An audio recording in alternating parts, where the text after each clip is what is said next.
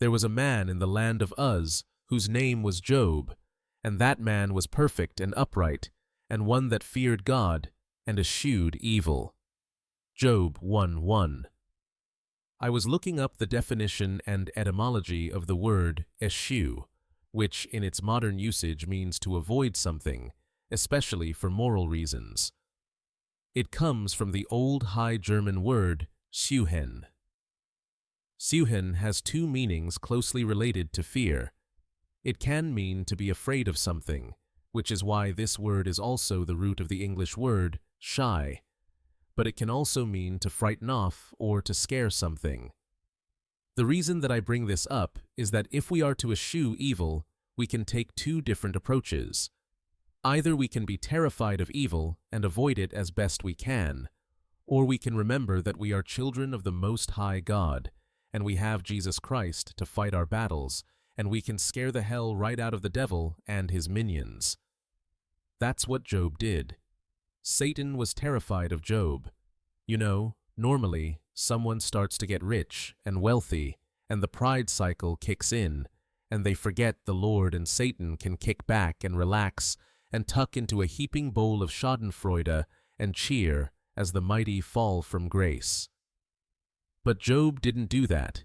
Even though the Lord blessed him beyond measure, Job kept his integrity.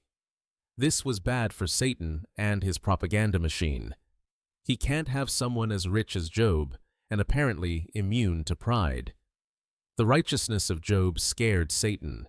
That's why he threw everything he had at him, took away all of his worldly things, his children, even his health. His wife abandoned him. His friends criticized and mocked him. But still, Job eschewed evil and frightened off the devil himself. To give one more example from the scriptures, here is that Mormon wrote about Captain Moroni.